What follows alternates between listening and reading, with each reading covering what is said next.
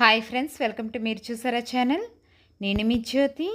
ఏంటండి ఎక్కడికి వెళ్తున్నాం అనుకుంటున్నారా? ఈరోజు విశాఖపట్నం రైల్వే స్టేషన్ నుంచి హైదరాబాద్ షిరిడి ప్రయాణం చేస్తున్నాము. ముందుగా హైదరాబాద్ వెళ్ళి అక్కడి నుండి అజంతాలో షిరిడికి వెళ్ళాలి. ముందుగా 7 o'clockకి ట్రైన్ ఎక్కి మేము హైదరాబాద్లో దిగి ఒక రూమ్ తీసుకొని అందులో తయారయ్యి పెద్దమ్మ తల్లి గుడికి వచ్చేసామండి. చూస్తున్నదే పెద్దమ్మ తల్లి గుడి. మధ్యాహ్నం 1 గంటకల్లా అమ్మవారి గుడి మూసివేస్తారు. అందుకని చెప్పేసి మేము వచ్చేసరికి 12:30 అయింది. ఈలోపు మేము దర్శించుకున్నామండి. దర్శించుకొని పూరి జగన్నాథ్ టెంపుల్కి కూడా వెళ్ళాము. ఈ చూస్తున్నదే పూరి జగన్నాథ్ టెంపుల్ అండి. హైదరాబాద్లో మేము ఈ 2 గుడులు మాత్రమే చూసాము. ఎందుకంటే మాకు మళ్ళీ ఈవినింగ్కి ట్రైన్ ఉంది కాబట్టి ఈ 2 గుడుల్ని దర్శించుకున్నాం. చూస్తున్నారు కదా, పూరి జగన్నాథుని టెంపుల్ని హైదరాబాద్లో చాలా చక్కగా తయారు చేశారండి. బాగా కట్టారు. మీరు కూడా ఒకసారి దర్శించుకోండి. చూడడానికి చాలా కనుల విందుగా ఉంది.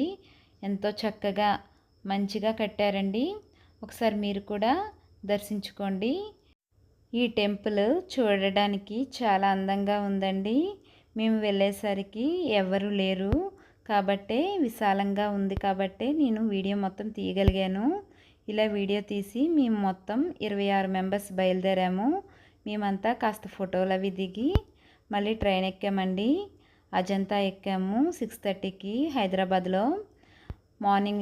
మార్నింగ్ 8 o'clockకే మేము నాగర్సోల్లో దిగాము. మేము దిగేసరికి 7:15 అవుతుంది. మా మిగిలిన వాళ్ళ కోసం మేము వెయిట్ చేస్తున్నాము.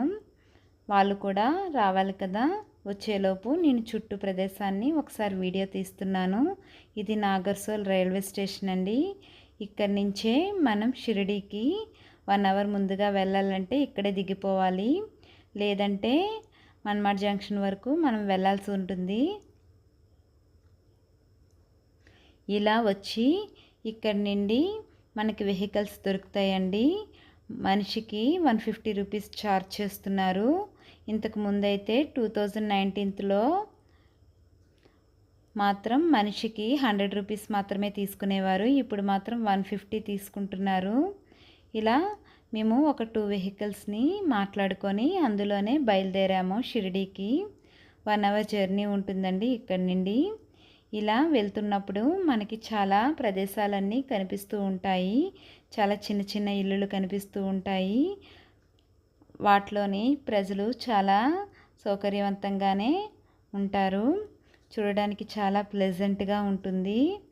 చాలా నిశ్శబ్దంగా మార్నింగ్ అయితే ఎంతో ఆహ్లాదకరంగా ఉంటుందండి షిరిడీలోని ప్రతిదీని. మేము ఇలా చూస్తుండగానే షిరిడీలోకి ప్రవేశించాము. ఇక్కడ మనకి కావలిస్తే ముందుగానే రూమ్స్ని ఆన్లైన్లో బుక్ చేసుకోవచ్చు. లేదంటే ఇక్కడికి వచ్చేనా మనం రూమ్స్ని బుక్ చేసుకోవచ్చండి. కాస్త టైం పడుతుంది. అదే ప్రైవేట్గా రూమ్స్ బుక్ చేసుకోవాలంటే 1 dayకి 1000 రూపీస్ నుంచి 1500 వరకు ఛార్జ్ చేస్తారు. ఇక్కడి నుంచి మనము షిరిడీలో వచ్చేసామండి. షిరిడీలోనికి అడుగు పెట్టేసాం.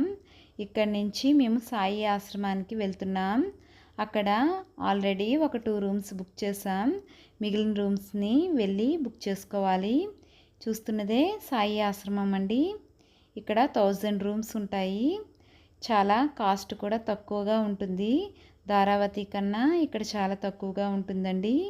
ఇక్కడ 250 పే చేయాలి 1 dayకి. మిగిలిన ధారావతిలో అయితే 500 ఉంటుందండి రోజుకి. ఈ చుట్టూ ప్రదేశాన్ని కూడా నేను వీడియో తీశాను. ఇక్కడికి వచ్చి కూడా మనం రూమ్స్ బుక్ చేసుకోవచ్చండి. అనుకోకుండా బయలుదేరితే మాత్రం ఇక్కడికి వచ్చే రూమ్స్ బుక్ చేసుకోవాలి. ఇక్కడ అప్లికేషన్ అది నింపి మన ఆధార్ కార్డ్ అనేది ప్రతి మనిషికి ఆధార్ కార్డుని అడుగుతారండి. దాని జెరాక్స్ని పట్టుకొని వస్తే మంచిది. ఇలా ఉంటే మాకు 10 o'clock కల్లా రూమ్ బుక్ చేసుకుంటే వచ్చేసిందండి. 10 o'clock కల్లా రూమ్లోకి వెళ్ళి తయారైపోయి దర్శనానికి బయలుదేరాము. మొత్తం 26 మెంబర్స్ బయలుదేరాలి కాబట్టి కాస్త ఆలస్యం అవుతుంది. ఇలా బయలుదేరేటప్పుడే ఒక ఫోటో దిగాము. ఇప్పుడు వెళ్తుంది షిరిడీలోని దర్శనానికి బయలుదేరామండి. చూసారా, ఇంతకుముందు అయితే ఇవేవీ లేవండి, మొత్తం ఓపెన్గా ఉండేది. చక్కగా ఇప్పుడైతే ఎండ తగలకుండా మంచిగా తయారు చేశారు. చాలా డెవలప్మెంట్ అయిందండి షిరిడీ. ఇంతకు ముందులా కాకుండా తిరుపతిలోలానే చాలా విశాలమైన గదులను కూడా ఏర్పాటు చేశారు. వెయిటింగ్ హాల్స్ కూడా దర్శనంకి ఫ్రీ దర్శనానికి వెళ్తే మాత్రం దొరికిపోతాము. కాబట్టి దర్శనం టికెట్లు బుక్ చేసుకొని మాత్రం వెళ్ళడం మంచిది. హారతికి అయితే 400, మామూలు దర్శనానికి అయితే 200 టికెట్స్ తీసుకోవాలండి. మేము దర్శనానికి వెళ్ళే ముందే కాస్త ఫుడ్ అది తినేసి వెళ్తున్నాము. ముందుగా అయితే మేము ఫ్రీ దర్శనానికే వెళ్ళామండి. దర్శనం అయిపోయిన తర్వాత శ్రీచావిడి అండి ఇది. ఇక్కడ మాత్రం మన ఫోన్స్ అవి ఇక్కడే పైన ఇచ్చేసి మనం దర్శనానికి వెళ్తాం కదా. దర్శనం నుండి వచ్చాక ఆ ఫోన్స్ తీసుకొని నేను ఇక్కడ ఇలా వీడియో తీస్తున్నాను. లోనకైతే మాత్రం ఫోన్స్ ఎలా ఉండదండి. ఇక్కడ శ్రీచావిడి నుంచి ద్వారకామాయి, శ్రీచావిడి, ఈ చుట్టుపక్కల ప్రదేశాలన్నీ నేను వీడియో తీస్తున్నాను. మీరు కూడా ఒకసారి చూసేయండి. ఇంతకు ముందు అయితే మాత్రం ఫుడ్ ఈ హోటల్స్ ఏవి కొత్తగా కట్టారండి, ఇంతకు ముందు అయితే లేవు. బాబా దగ్గరికి వెళ్ళేటప్పుడు ఎటువంటి పువ్వులు కూడా పట్టుకొని వెళ్ళవద్దండి. వెళ్తే మాత్రం వాటిని తీసేసుకొని డస్ట్బిన్లో వేసేస్తున్నారు. బాబా సమాధి మీద పువ్వులను మాత్రం వేయనివ్వట్లేదండి ఇప్పుడు. కాబట్టి మనం పువ్వులు కొనకుండా వెళ్తేనే మంచిది. సాలువలు కూడా కొనకుండా వెళ్తేనే మంచిది. ఎందుకంటే అవేవి మాత్రం లోనికి తీసుకుని వెళ్ళనివ్వరు. ప్రసాదాలు కూడా వాళ్ళకి కనిపిస్తే మాత్రం వాటిని కూడా తీసుకొని వెళ్ళనివ్వరండి. ఏదో కనిపించకుండా మనం ఏ జోబీలోనే పెట్టుకొని వెళ్తే మాత్రం అక్కడ లోన మాత్రం ఆ బాబాకి చూపించి ఇస్తారు. కాబట్టి మీరు ప్రసాదాలని కూడా లాస్ట్లోనే కొనుక్కోవడం మంచిది. మాకు ఫ్రీ దర్శనానికి వెళ్ళాం కదా, 4 గంటల సమయం పట్టిందండి. మాకు తెలియక వెళ్ళిపోయాము. వెళ్ళేసరికి వచ్చేసరికి 6 o'clock అయింది. కాబట్టి నైట్ అయిపోయింది కదా అని మేము నైట్ షాపింగ్ కూడా చేసాము. ఇక్కడ నాకు విగ్రహాలు నచ్చి నేను ఒక వీడియో తీశానండి, అదే మీరు ఇప్పుడు చూస్తున్నది. ఇక్కడ ప్రసాదాలు అవి తీసుకోవడానికి ఇక్కడ కిస్మిస్ చాలా బాగుంటుందండి. మేమైతే వెళ్ళేటప్పుడల్లా కేజీలు కొనుక్కుంటాం. ఇలా కొనుక్కొని వస్తున్నప్పుడే బాబావారి గుడి చాలా కనిపించిందండి. చాలా అందంగా ఉందని వీడియో తీసాను. మీరు కూడా ఒకసారి చూసేయండి. బాబా భోజనం చూసి దర్శించుకుంటే చాలా మంచిది. ఇలా దర్శించుకున్న తర్వాత మేము షాపింగ్ కూడా చేసామండి. చాలా షాపింగ్ కూడా అయిపోయింది. ఆ షాపింగ్ అయితే చేసుకుని మొత్తం వాటిని తీసుకొని మేము నైట్ మళ్ళీ రూమ్కి తిరిగి వెళ్ళిపోయాము. మార్నింగ్ అయ్యేసరికి మరో దర్శనం కోసం మార్నింగ్ 7 o'clockకి మేము బయలుదేరిపోయామండి. బయలుదేరిపోయి ఇదిగో చూస్తున్నారు కదా, ఇక్కడ బాబా అంటే సాయి ఆశ్రమం ఉంది కదండి, ఆ ప్రాంగణంలోనే మనకి టీ కాఫీ కూడా దొరుకుతాయి. వాటర్ బాటిల్స్ కూడా 10 రూపీస్కి లీటర్ బాటిల్ ఉంటుంది. టీ అయితే 2 రూపీస్, కాఫీ అయితే 3 రూపీస్ ఉంటుంది. పాలు కూడా 3 రూపీసే ఉంటుంది. చిన్నపిల్లలకైతే మనం ఏదైనా ఫ్లాస్క్ లాంటివి తెస్తే దాని నిండా కూడా మనకు డబ్బులు తీసుకొని ఇస్తారు. ఇక్కడ వెయిట్ చేస్తే అరగంటకు ఒకసారి ఫ్రీ బస్సులు ఉంటాయండి, అందులో ఎక్కి దర్శనానికి వెళ్ళొచ్చు. అటు నుండి మాత్రం బస్సుల కోసం వెయిట్ చేయకుండా ఆటోలు ఎక్కడమే మంచిది. ప్రతి ఆటోకి ఎంతమంది అయినా ఎక్కొచ్చు. 50 రూపీస్ ఛార్జ్ చేస్తారు. ఒక మనిషి ఎక్కినా 2 మనుషులు ఎక్కినా 50 రూపీసే ఛార్జ్ చేస్తున్నారండి ఇప్పుడు. ఇన్నాళ్ళైతే మనిషికి 10 రూపాయలు మాత్రమే తీసుకునేవారు. ఇలా దర్శనం అయిపోయిన తర్వాత ఆటో ఎక్కి మళ్ళీ మేము సాయి ఆశ్రమానికి తిరిగి చేరుకోవడానికి ఇలా ఆటో ఎక్కుతున్నాము. ఇక్కడ భోజనాలకైతే పున్నమి హోటల్ బాగుంటుందండి. ఆ హోటల్లో భోజనం చేయడం అయితే మనం ఆంధ్ర వాళ్ళకి చాలా బాగుంటుంది. లేదు అంటే చిలకలూరుపేట వారి నిత్యాన్నదాన సత్రం అని ఒకటి ఉంటుందండి. అక్కడికి వెళ్ళి భోజనం చేసుకొని మనకి నచ్చినంత అమౌంట్ని విరాళంగా ఇవ్వవచ్చు. అక్కడ కూడా మన ఇంట్లో భోజనంలానే ఉంటుంది. ఆ రెండింటికి మాత్రం తప్పకుండా వెళ్ళండి. లేదు అంటే సాయి ఆశ్రమం కానీ ధారావతి కానీ ఎక్కడైనా సరే సంస్థానానికి సంబంధించిన రూమ్స్ ఉంటాయి కదా, అక్కడ ఎక్కడైనా సరే ఫ్రీ భోజనాలు దొరుకుతాయి. అక్కడైతే మీరు చేసేయచ్చు. ఆ ఫుడ్ మాత్రం చాలామంది తినలేరండి, కాబట్టే ఇలా చెప్తున్నాను. ఇలా మేము చుట్టూ చూసుకొని వచ్చేసరికి మాకు మధ్యాహ్నం అయిపోయింది. ఇప్పుడు భోజనానికి సాయి ఆశ్రమం దగ్గరే పైన భోజనాలు కూడా ఉంటాయండి. వాటి కోసమే ఇప్పుడు మనం వెళ్తున్నాం. చూసారండి, ఇది ఇలా లోనికి వెళ్తే మనకి చాలా విశాలమైన గదులతో భోజన ఏర్పాట్లు కూడా సంస్థాన్ ట్రస్ట్ వాళ్ళు చేశారండి. చూసారా, ఇలా ఒక్కొక్క ప్లేటు తీసుకొని మనం వెళ్తే మనకి ఫుడ్ అనేది వాళ్ళే వేస్తారు. మనకి ఎంత కావాలంటే అంత పెడతారండి. మనం వేయించుకుంటే మనం ఎంతైనా తినడానికి వేయించుకోవచ్చు. చిన్నపిల్లలు అయితే వేస్ట్ చేసేస్తారు, కాబట్టి చిన్నపిల్లలకి కాకుండా పెద్దవాళ్ళు మాత్రమే తింటే మంచిది.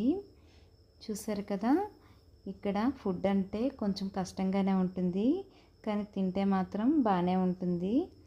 చూసారా, 2 రోటీస్ వేస్తారండి, దాల్ వేస్తారు, ఒక కర్రీ వేస్తారు, ఇంత రైస్ కూడా పెడతారండి. అది తినేసి ఇక్కడ విశాలంగా ఉంటాయండి ప్రదేశాలు, చక్కగా కూర్చొని మనం తినొచ్చు. ఒక స్వీట్ కూడా పెడతారు. ఇలా తినేసాక మేము దర్శించుకున్న తర్వాత శని సింగనాపూర్ వచ్చామండి. ఇక్కడ చూసారు కదా, ఇక్కడ ఎలా అంటే చాలా ఘోరం అండి. ఎందుకంటే వాళ్ళకి నచ్చినట్టు వాళ్ళు చెప్తున్నారు. ఒక్కొక్కటి మాత్రం 100 రూపీస్కి మాకు ఇచ్చారండి ఆ తొట్టెలు. దాంట్లో ఇన్నాళ్ళైతే శని సింగనాపూర్ వచ్చినప్పుడు ప్రతి ఒక్కరు కూడా మగవాళ్ళైతే మాత్రం బట్టలు విప్పి ఇది పంచ కట్టుకొని దేవుని దర్శించుకునేవారు. ఇప్పుడైతే ఆడవాళ్ళు కూడా దర్శించుకోవడానికి అవకాశం కల్పించారంటండి. వాళ్ళు కూడా చెప్పులు విప్పేసి నడుచుకుంటూ వెళ్ళి కాళ్ళు చేతులు ముందుగా కడుక్కొని తల మీద కాస్త వాటర్ జల్లుకొని దర్శించుకోవచ్చంట. దర్శించుకొని వచ్చేటప్పుడు మాత్రం వెనక్కి తిరిగి చూడకూడదని చెప్పారండి. అందుకని చెప్పేసి మేమంతా బయలుదేరి వెళ్తున్నాము. ఇక్కడే సామాన్లు ముందునే ఉంటాయండి, అక్కడ సామాన్లు కొనేసుకొని ఒక్కొక్కరిమే కూడా దర్శనానికి వెళ్తూ ఉన్నాము. శని సింగనాపూర్లోని ఏ ఒక్క షాప్కి కానీ ఇంటికి కానీ తలుపులు ఉండవండి. శనేశ్వరుడు తలుపులు ఉండకపోయినా సరే ఒక దొంగతనం కూడా జరగదంట. ఎందుకంటే అలా ఎవరైనా దొంగతనం చేస్తే వాళ్ళకి శని ప్రాప్తిస్తుందని ఇక్కడ వాళ్ళ యొక్క నమ్మకం. కాబట్టి ఒక షాప్కైనా లేదా ఒక ఇంటికైనా ఎటువంటి తలుపులు లేకుండా ఉన్నాయి. వాటిని మేము చూసి చాలా షాక్ అయ్యాం. చూసారా, కొత్తగా ఆలయాన్ని నిర్మించారండి. ఇది చాలా పెద్దగా ఉంది, చాలా విశాలంగా ఉంది. దాని లోపలికి వెళ్ళడానికి మనకి ఒక 1/2 అవర్ పట్టేస్తుంది.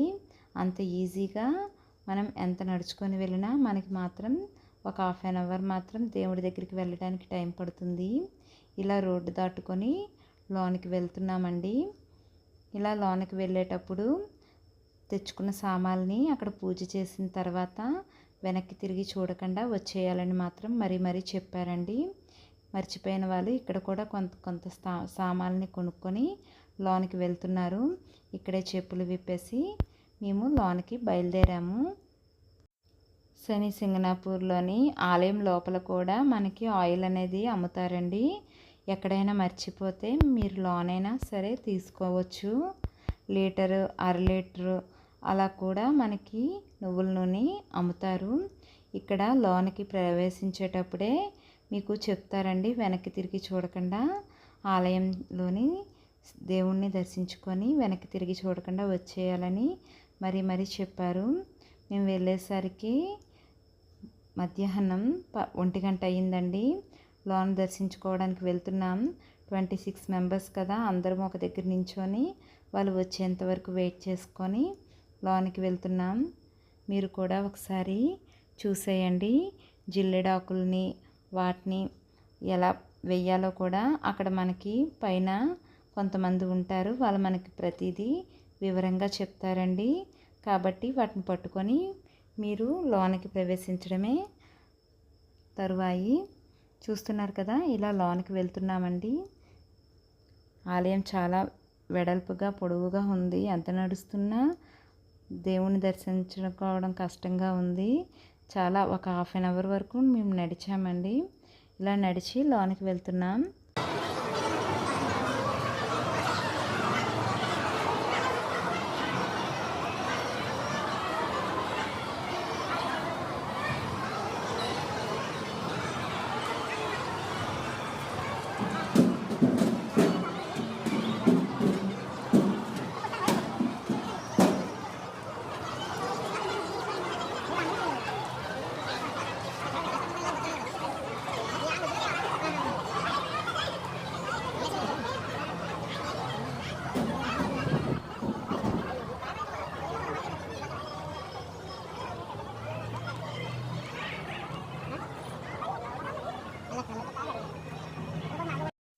అరగంట నడిచిన తర్వాత ఇప్పుడు ఆలయంలోనికి ప్రవేశం అండి.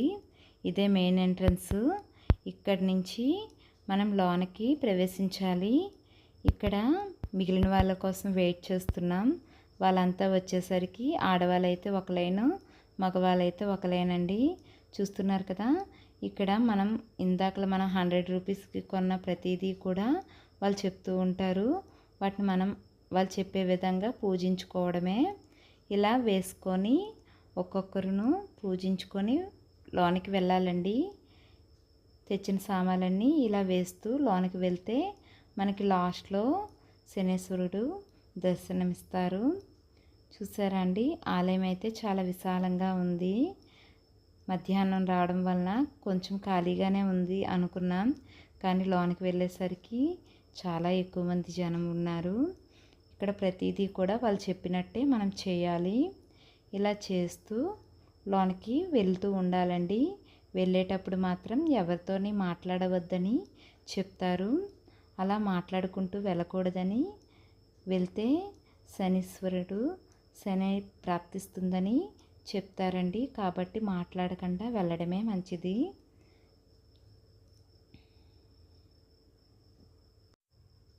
శని జయంతికి మాత్రం ఈ గుడి అస్సలు ఖాళీ ఉండదంటండి. చాలా భక్తులతో నిండిపోతూ ఉంటుంది. కాబట్టి శని జయంతి వచ్చే నెలలో ఎప్పుడైనా పూజించినా మనకి అంతే మంచిదంటండి. ఇక్కడ ప్రతి ఒక్కరు ఇలా పూజిస్తే వాళ్ళకి ఏలినాటి శని ప్రభావం అనేది ఉండదని ఇక్కడ యొక్క భక్తుల యొక్క నమ్మకం. కాబట్టి ప్రతిదీ చాలా శ్రద్ధగా చేస్తూ ఉంటారు. ఎక్కువ మంది మగవాళ్ళే చేస్తున్నారండి. ఆడవాళ్ళు అయితే మాత్రం దూరంగానే ఉంటున్నారు. ఎవరో భర్త రాలేని వాళ్ళు మాత్రం వాళ్ళు కూడా చేస్తున్నారు. అంతకు మించి భార్యాభర్త కలిసి వస్తే మాత్రం భర్త మాత్రమే చేస్తున్నారు, భార్య మాత్రం పక్క నుండి చూస్తున్నారు నాలాగా. చూసారు కదా, ఇలా మనం తెచ్చినవన్నీ ఇక్కడ పడేసి మనం లోనికి దర్శించుకోవడానికి ఆయిల్ పట్టుకొని వెళ్ళాలండి. మనం కొనే ఆయిల్ సరిపోతే లోన కూడా మనకి లీటర్లాగా అమ్ముతారండి. వాటిని కూడా మనం కొని తీసుకొని వెళ్ళొచ్చు. ఇలా లోనికి ప్రవేశించేటప్పుడు మాత్రం ఎవరితోని మాట్లాడకూడదు. ఇక్కడ మనం తీసుకొచ్చిన ఆయిల్ని ఇక్కడ వేయాలండి. ఇలా వేస్తే అది గొట్టం ద్వారా శనేశ్వరునికి చేరుతుందంట. లేదు మనం స్వయంగా ఆ దేవునికి అభిషేకించాలంటే మాత్రం దానికి వేరేగా అమౌంట్ని కట్టాల్సి ఉంటుంది. దానికి వేరే టికెట్ ఉంటుందండి. దాన్ని కూడా తీసుకొని స్వయంగా మనం ఆ దేవుని దగ్గరికి వెళ్ళి అభిషేకించవచ్చు మన చేతులతో. చూస్తున్నారు కదా, చాలామంది అయితే మాత్రం ముందుగానే అలా టికెట్ తీసుకొని ఎక్కువ మంది జనాలే ఉన్నారండి. అందుకని చెప్పేసి మేము మామూలుగా వేసేసి వెళ్ళిపోతున్నాము. దేవుణ్ణి మీరు కూడా దర్శించుకోండి. ఆ శనేశ్వరుని చూపు మీ మీద పడకూడదని కోరుకోండి. ఇలా చుట్టూ ఉన్న ప్రదేశాన్ని కూడా ఒకసారి వీడియో తీసేసి ఇంకా వెనక్కి తిరిగి చూడకుండా నేను వెళ్ళిపోయానండి. నేను ఒక్కరిదాన్నే వెళ్ళాను. మా ఆయన, మా పాప, మిగిలిన వాళ్ళందరూ కూడా వెనకాలనే వచ్చారు. ఎందుకంటే వెనక్కి తిరిగి చూడకూడదు అన్నారు కదా, కాబట్టి అలా వీడియో తీసుకుంటూ నేను ఒక్కదాన్ని వేరే అయిపోయానండి. మిగిలిన వాళ్ళందరూ ఒక దగ్గర ఉన్నారు, నేను ఒక్కదాన్నే లాస్ట్లో వెళ్ళాను. చూశారు కదా, ఇలా మిగిలిన దేవుళ్ళని కూడా మీరు దర్శించుకోండి. ఇలా దర్శించుకొని ఆ వీడియో తీసుకునేసరికి నాకు టైం అయిపోయింది. ఇలా ఎందుకంటే మనకి ఎప్పుడైనా షిరిడి చూడాలంటే మనం ఈ వీడియో చూస్తే తెలిసిపోతుంది. కాబట్టి నేను చాలా నెమ్మదిగా ప్రతిదీ వీడియో తీస్తూ వెళ్ళానండి. మీరు కూడా చూస్తే ఎలా మేము ఫీల్ అయ్యామో మీరు ఈ వీడియో చూసినా మీరు అదే విధంగా ఫీల్ అవుతారని ఆశిస్తున్నాను. చూశారు కదండి, ఆ శనిదేవుణ్ణి మరొకసారి దర్శించుకోండి. దర్శించుకొని ఇంకా వెనక్కి తిరిగి చూడకుండా చలో.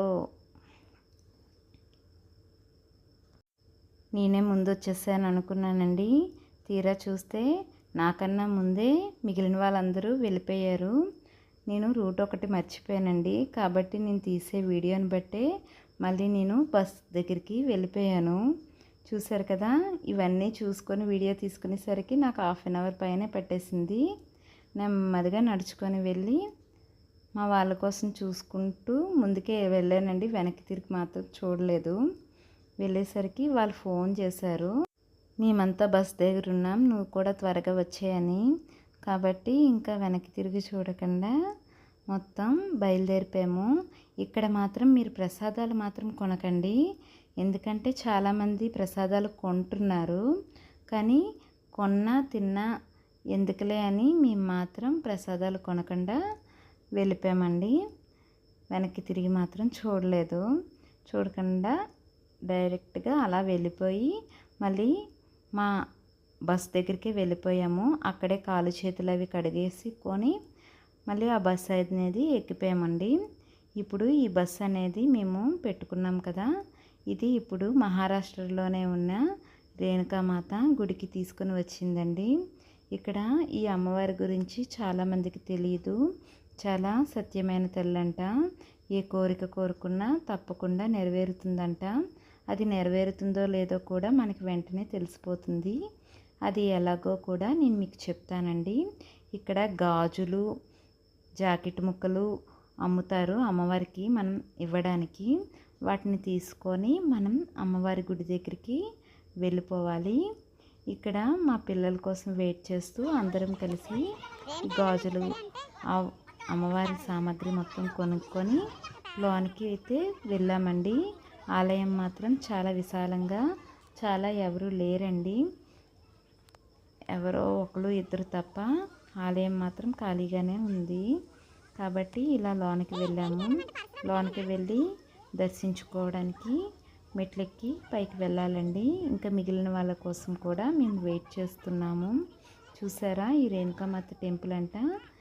ఆల్రెడీ మా వాళ్ళలో కొంతమంది వెళ్ళొచ్చారండి.